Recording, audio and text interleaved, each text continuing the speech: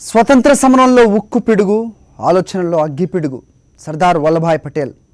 స్వతంత్ర భారత తొలి ఉప ప్రధానిగా, హోంమంత్రిగా సర్దార్ వల్లభాయ్ పటేల్ తీసుకున్న నిర్ణయాలు, చేపట్టిన చర్యలు భారత ముఖ చిత్రాన్ని మార్చేశాయి. సమైక్య భారతాన్ని ఆవిష్కరించాయి. దేశ ప్రయోజనాలకు పని ఎంతమంది అడ్డుపడ్డా ఆ పనికి వెనకాడేవారు కాదు. ఎవరో ఏదో అనుకుంటారని మొహమాట పడేవారే కాదు. కుండ బద్దలు కొట్టినట్లు సూటిగా ఉన్నట్లు చెప్పేయటమే పటేల్ తత్వం. అదే ఆయన మిగతా సమరయోధులకు భిన్నంగా చరిత్ర పుటలపై నిలిపింది. జీవితాంతం ఉక్కు సంకల్పంతోనే ముందుకు కదిలిన దార్శనికుడు పటేల్, ఉక్కు మనిషి. ఇవాల్టి మ్యాగజైన్ స్టోరీ.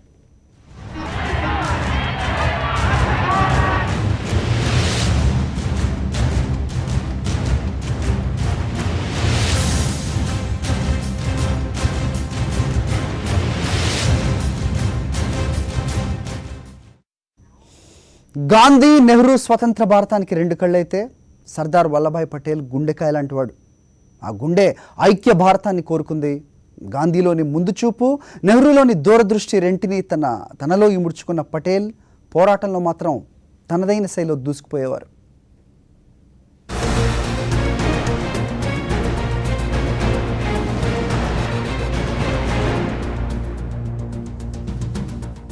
సర్దార్ వల్లభాయ్ పటేల్ ఈ పేరు వినపడితే చాలు గుండె జల్లుమంటుంది. సూటిగా, నిజాయితీగా, నిర్భయంగా, నిర్మోహమాటంగా ఉన్నది ఉన్నట్లు కుండ బద్దలు కొట్టడం పటేల్ నైజం. పుట్టింది గుజరాత్లో. 10వ తరగతి పాస్ కావడానికి చాలా ఏళ్లు పట్టింది.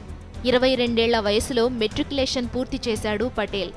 ఆవారాగా తిరగడానికి తప్ప ఇక ఎందుకు పనికిరాడేమోనని తల్లిదండ్రులు ఆందోళన చెందారు. పటేల్పై పెద్ద పెద్ద ఆశలు కూడా పెట్టుకోలేదు. కానీ పటేల్ మొండి మనిషి. పట్టుదల బాగా ఎక్కువ. పట్టుబడితే విడిచిపెట్టే ప్రసక్తే లేదు. ఆ పట్టుదలతోనే తెలుసున్న లాయర్ల దగ్గర పుస్తకాలు తీసుకుని కష్టపడి చదివి బారిస్టర్ కోర్స్ పూర్తి చేశాడు. మామూలు బారిస్టర్ కాదు. పటేల్ వాదించాడంటే కేసు గెలిచినట్లే. అంత గొప్ప బారిస్టర్ అయ్యాడు.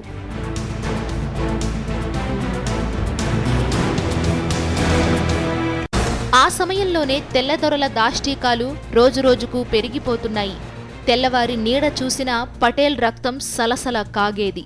అతని గుండె కసితో రగిలేది. కళ్ళు చింతనిప్పులయ్యేవి. ఎక్కడి నుంచో ఇక్కడికి వచ్చిన తెల్లవాడు మన నేలపై మన బతుకులను ఛిద్రం చేయడమేంటని మండిపోయేవాడు పటేల్.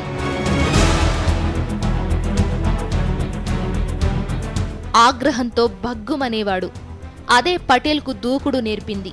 ఓ ఏడాది గుజరాత్లో తీవ్ర కరువు పరిస్థితులు నెలకొన్నాయి. రైతులు పంటలు లేక భోరుమన్నారు. సరిగ్గా ఆ సమయంలోనే బ్రిటిష్ అధికారులు పన్నులు కట్టలేదని ప్రజల ఆస్తిపాస్తులను కబ్జా చేసుకోవడం, అడ్డొచ్చిన వారిని కొరడాలతో కొట్టించడం, ఎదురు తిరిగితే కాల్చి చంపడం చేసేవారు. దాన్ని సహించలేకపోయాడు పటేల్. అందరినీ ఒక తాటిపైకి తెచ్చి ఉద్యమాలు చేయించాడు. ఎవరు పన్నులు కట్టొద్దని చెప్పాడు. బ్రిటిష్ అధికారులు బెంబేలెత్తిపోయారు. పటేల్ను అరెస్టు చేశారు. పటేల్ లేకపోయినా అతనిచ్చిన స్ఫూర్తి జనం గుండెల్లో ఉండిపోయింది. ఎవరు పన్నులు కట్టమన్నారు. ఇక చేసేది లేక ఆ ఏడాదికి పన్నులు రద్దు చేస్తున్నట్లు తెల్లవారు ప్రకటించారు. అది పటేల్ మార్క్ విప్లవం. అది తిరుగులేని విజయం. ఆ విజయమే జనం దృష్టిలో పటేల్ని పెద్ద హీరోని చేసింది. పటేల్ ధీరత్వానికి మురిసిన జనం, ప్రత్యేకించి మహిళలే పటేల్కు సర్దార్ బిరుదును ఇచ్చారు. అప్పటి నుంచే సర్దార్ పటేల్ అయ్యారు.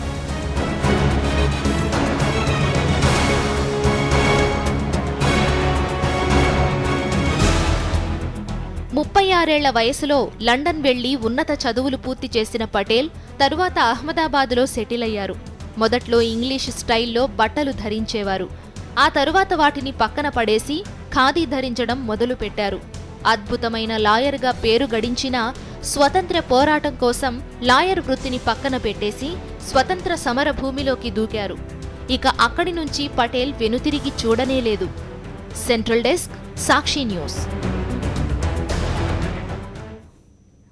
ఇద్దరు గుజరాతీలే, ఇద్దరూ అచంచల దేశభక్తులే, ఇద్దరూ స్వతంత్ర పోరాటంలో కీలక పాత్ర పోషించిన వారే. అంతకుమించి ఇద్దరు నిస్వార్థపరులు. అందుకే ఒకరిపై మరొకరికి విడదీరాని అనుబంధం.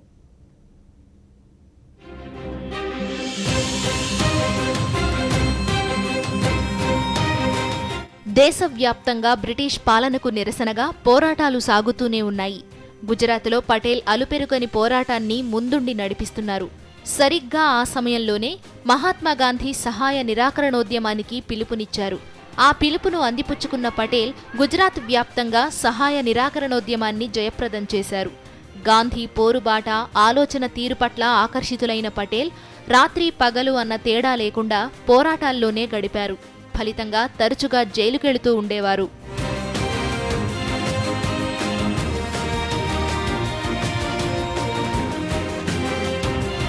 గుజరాత్లో స్వతంత్ర పోరాటాన్ని ముందుకు తీసుకెళ్లడానికి ఓ గట్టి నాయకుడు ఉంటే బాగుంటుందని గాంధీ అనుకున్నారు. పటేల్ సమక్షంలోనే ఆ ప్రస్తావన వచ్చింది. అంతే, మరో ఆలోచనే లేకుండా పటేల్ నేనుంటానంటూ ముందుకు వచ్చారు. గాంధీ పొంగిపోయాడు. ఆ తరువాత ఉప్పు సత్యాగ్రహానికి గాంధీ పిలుపునిచ్చారు. మళ్లీ పటేలే దాన్ని భుజాలకెత్తుకుని గుజరాత్ అంతటా నినాదాలతో మార్మోగించారు.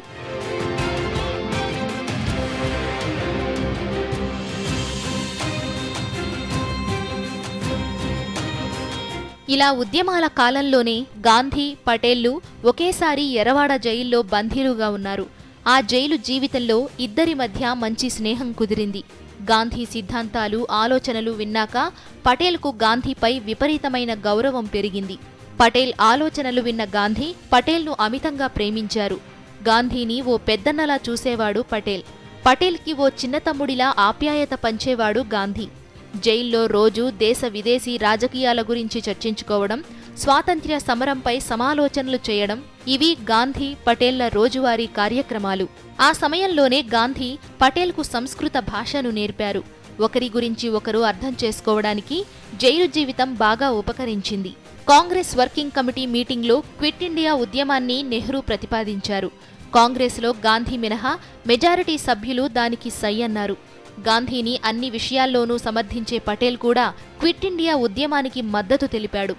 ఎందుకంటే క్విట్ ఇండియా నినాదం చేసిన వెంటనే బ్రిటిష్ వారు తమ దేశం వెళ్లకపోవచ్చు, కానీ భారతదేశంలో ఇక ఎంతో కాలం మనల్ని ఉండనివ్వరన్న సంకేతం మాత్రం తెల్లవారికి అందుతుందన్నది పటేల్ ఆలోచన. అందుకే మరో ఆలోచనే లేకుండా క్విట్ ఇండియా ఉద్యమానికి సంఘీభావం తెలిపాడు.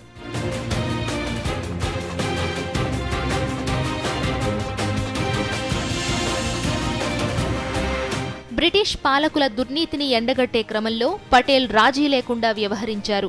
కేవలం పోరాడండి అని పిలుపునిచ్చి ఊరుకోకుండా తానే పోరాటానికి సారథ్యం వహిస్తూ ముందుకు నడిపించారు.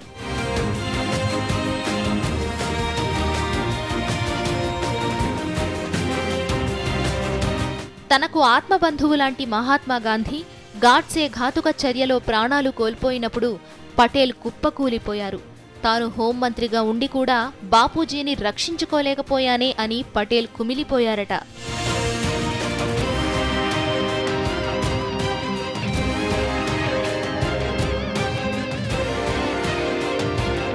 శషభిషలు, నాన్చుడు వ్యవహారాలు, మాటలు మార్చడాలు పటేల్కి ఇష్టం ఉండవు. ఎదుటివారు ఏమనుకున్నా సరే మనసులో ఉన్న మాటను కుండ బద్దలు కొట్టినట్లు చెప్పేయడమే ఆయన తీరు. అదే ఆయన బలం, అదే ఆయన బలహీనత కూడా. అదే ఆయన్ని చరిత్ర పుటలపై తిరుగులేని యోధుడిగా నిలబెట్టింది. సెంట్రల్ డెస్క్, సాక్షి న్యూస్. దేశానికి స్వాతంత్రం వచ్చింది, అంతటా పండగ, అంతలోనే విషాదం. మతపరంగా దేశ విభజన, ఆ క్రమంలో పెద్ద ఎత్తున వెల్లువెత్తిన హింస నెత్తుటేరులు పారించింది. ముస్లింలంతా పాక్ వైపు, హిందువులంతా భారత్ వైపు వలసలు పోయారు.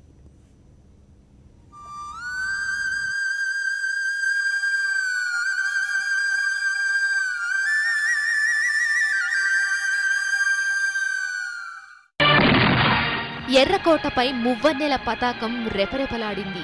ఇంచుమించు 2 శతాబ్దాల భారత ప్రజల నిరీక్షణ ఫలించిన తరుణమది.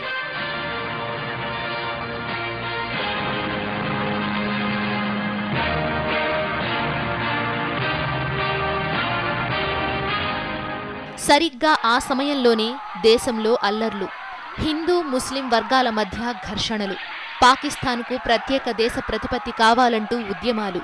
మహ్మద్ జిన్నా వాటికి సారథి. దేశం విడిపోవడానికి వీల్లేదని కాంగ్రెస్లో కొందరి వాదన. అయితే పటేల్ మాత్రం దేశ విభజనకే మొగ్గు చూపారు. ఇప్పుడు ఒక్క విభజనను మనం అడ్డుకోవాలని చూస్తే ఎన్నో విభజనలకు ఆస్కారం రావచ్చు. మతాల మధ్య చిచ్చు మనం నియంత్రించలేనంతగా పేట్రేగే ప్రమాదం ఉంటుంది అని పటేల్ అభిప్రాయపడ్డారు. అందుకే భారత్ పాకిస్తాన్లలో ఎవరు ఎక్కడ ఉండాలనుకుంటే అక్కడ ఉండవచ్చని పటేల్ పిలుపునిచ్చారు. అయితే ముస్లింలంతా పాక్ వైపు పరుగులు తీశారు.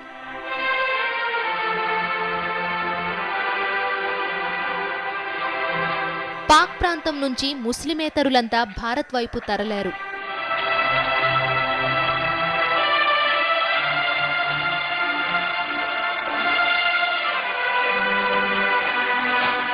ఈ క్రమంలో పెద్ద ఎత్తున హింస, కేవలం మతమే ప్రాతిపదిక, ఇది పటేల్ను కలిచివేసింది. స్వయంగా పటేల్ సరిహద్దు గ్రామాల్లో తిరిగి అల్లర్లు పెద్దవి కాకుండా ప్రసంగాలు చేశారు. పాకిస్తాన్ వెళ్లే ముస్లింలపై దాడులు చేస్తే పాక్ నుంచి వచ్చే ముస్లిమేతరులపైన దాడులు జరుగుతాయి. అయినా శరణార్థులను, ఆయుధాలు లేని నిస్సహాయులను, సహాయం కోరి ఆశ్రయం కోసం వెళుతోన్న వారిని వెంటాడి దాడులు చేయడం ఏం న్యాయం, ఏం ధర్మం? ఇది యుద్ధమా? ఇది శూరత్వమా? వద్దు, ఎవ్వరూ ఎవ్వరి మీద మతం పేరుతో దాడులు చేసుకోవడానికి వీల్లేదు అంటూ పటేల్ పిలుపునిచ్చాడు. అయినా అల్లర్లు ఆగలేదు. ముసలి, ముతక, పిల్ల, పాప అన్న తేడా లేదు. ముష్కర మూకలు నెత్తుటేరులే పారించారు. శవాల గుట్టలు పోగు చేశారు.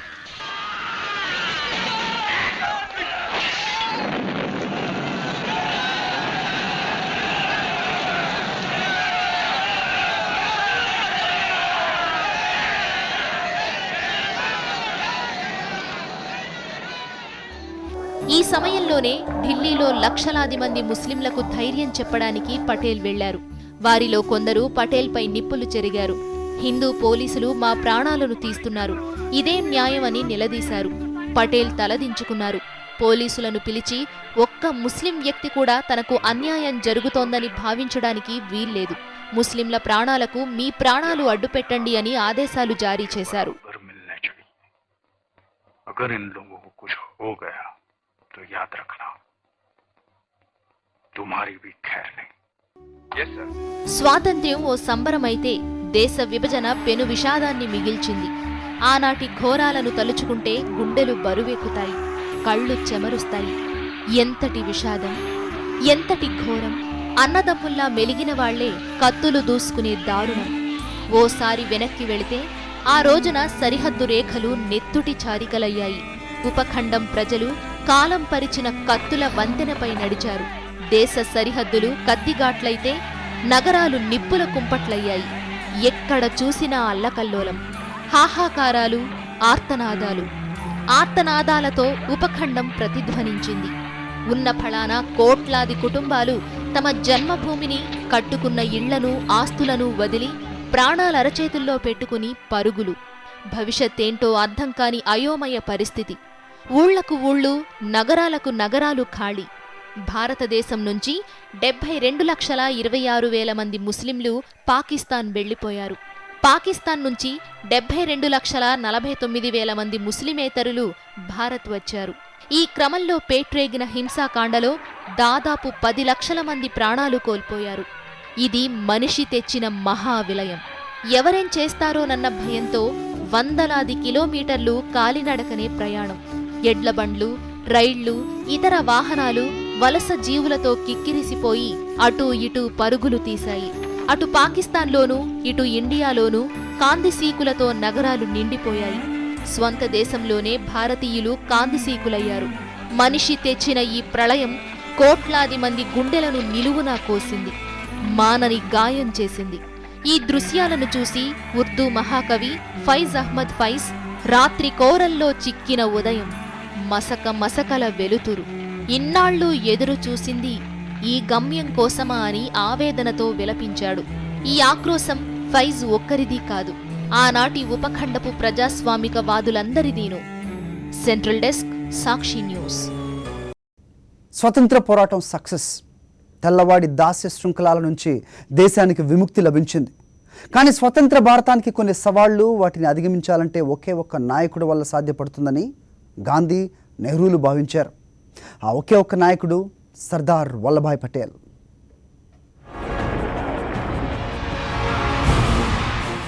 తెల్లవాడు పోయాడు, పరాయి పాలన తెల్లారింది. అయితే 500కు పైగా స్వతంత్ర సంస్థానాలు చెల్లా చెదురుగా ఉన్నాయి. వాటన్నింటినీ కలుపుకుని సమైక్య భారతాన్ని ఆవిష్కరించాలన్నది కాంగ్రెస్ ఆలోచన. అయితే అది అంత తేలికైన పని కాదు.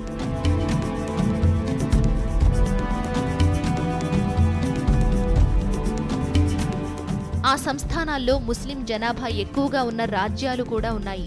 వాటిపై ముస్లిం దేశంగా అవతరించిన పాకిస్తాన్ కన్నేసింది. ఏమాత్రం దుందుడుకుగా నిర్ణయాలు తీసుకున్నా దేశంలో మతపరంగా అల్లకల్లోలాలు చోటు చేసుకునే ప్రమాదం ఉంది. ఆ క్లిష్ట సమయంలో కాంగ్రెస్ నేతలకు ఏం చెయ్యాలో పాలుపోలేదు. అప్పుడు గాంధీజీయే పటేల్ని పిలిచి, ఈ పని నీ ఒక్కడి వల్లే అవుతుంది, నువ్వు రంగంలోకి దిగక తప్పదు అని భుజం తట్టారు. నెహ్రూ కూడా పటేల్ చొరవ తీసుకోవాలని కోరారు. అలా ఓ బృహత్తర బాధ్యతను భుజాలకెత్తుకున్నారు భారత తొలి హోంమంత్రి సర్దార్ వల్లభాయ్ పటేల్. సంస్థానాల అధిపతులను పిలిపించుకుని వారితో మర్యాదపూర్వకంగా చర్చలు జరుపుతూనే స్వతంత్ర భారతంలో మీరు భాగస్వాములు కండి అంటూ ఆహ్వానించారు పటేల్.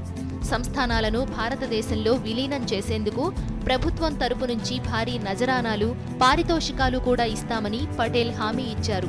మాట ఇస్తే దానిమీదే నిలబడే రకం పటేల్.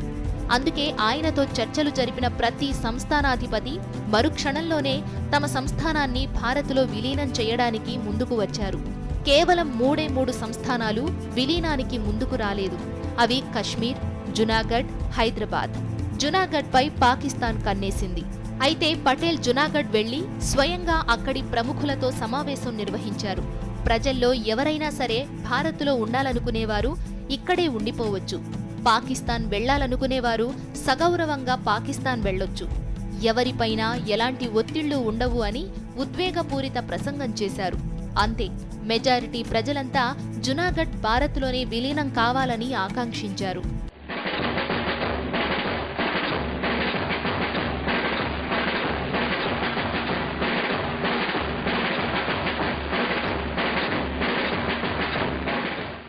హైదరాబాద్ సంస్థానాన్ని విలీనం చేయడానికి మాత్రం నిజాం ఒప్పుకోలేదు.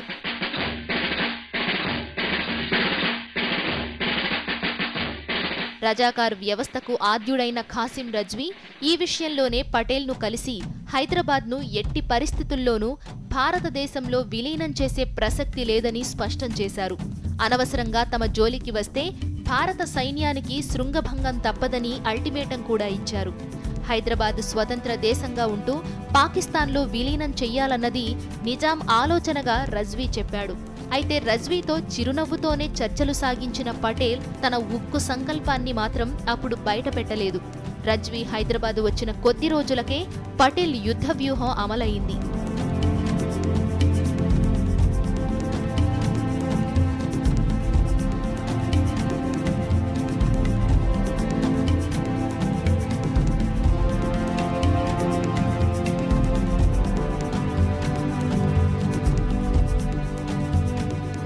ఆపరేషన్ పోలో పేరిట హైదరాబాద్ సంస్థానాన్ని బలవంతంగా దేశంలో విలీనం చెయ్యాలని పటేల్ వ్యూహరచన చేశారు. సెప్టెంబర్ 18న హైదరాబాద్ భారత హస్తగతమైంది. నిజాం నవాబు లొంగుబాటుకు ముందుకు వచ్చాడు. అయితే ఈ క్రమంలో వేలాది మంది నిజాం సైనికులు ప్రాణాలు కోల్పోయారు. పటేల్ ముఖ్యంగా అంటే భారతదేశాన్ని యునైటెడ్ స్టేట్స్ ఆఫ్ ఇండియాని ఏకం చేసిన వ్యక్తుల్లో అతను ప్రథమంగా ఉన్న వ్యక్తి. ఏమంటే చిన్న చిన్న సంస్థానాలంతా బలవంతంగా సరే భారతదేశం ఒకటిగా ఉండాలా అని కలిపిన వ్యక్తుల్లో పటేల్ ప్రథముడు. హైదరాబాద్ సంస్థానాన్ని విలీనం చేశారా, లేక నిజాం నిరంకుశ పాలన నుండి విముక్తి చేశారా, లేక మైనారిటీ నేతలు భావిస్తున్నట్లు అది విద్రోహమా అన్నది ఇప్పుడు చర్చనీయాంశమవుతోంది. ఓటు బ్యాంక్ రాజకీయాలకు అనుగుణంగా పార్టీలు దీనికి ఒక్కో పేరు పెడుతున్నాయన్నది రాజకీయ పరిశీలకుల విమర్శ. సెంట్రల్ డెస్క్, సాక్షి న్యూస్. పటేల్కు పూర్తి స్వేచ్ఛ ఇచ్చుంటే కాశ్మీర్ సమస్య తలెత్తేదే కాదని సీనియర్ ఎడిటర్ పొత్తూరు వెంకటేశ్వరరావు అంటున్నారు. జునాగఢ్, హైదరాబాద్ సంస్థానాలను దేశంలో విలీనం చేసినట్లే సర్దార్ పటేల్ జమ్మూ కాశ్మీర్ని కూడా విలీనం చేసి ఉండేవారని పొత్తూరి అభిప్రాయపడుతున్నారు. నెహ్రూ తదితరులు చేతులు కట్టడం వల్లే పటేల్ కాశ్మీర్ విషయంలో ఏవీ చేయలేకపోయారని, ఇప్పుడు అదే కాశ్మీర్ రావణ కాష్టంలా కాలుతోందని పొత్తూరి చెబుతున్నారు. కాశ్మీర్లో ఆయన చేతుల్ని కట్టేశారు. నిజంగా సంపూర్ణంగా విలీనమై ఉంటే, లేదు వద్దనుకుంటే ఇచ్చేయచ్చు, ఇండిపెండెంట్గా ఉండిపోదలుచుకుంటే మంచిది, అట్లాగేం చేయొచ్చు.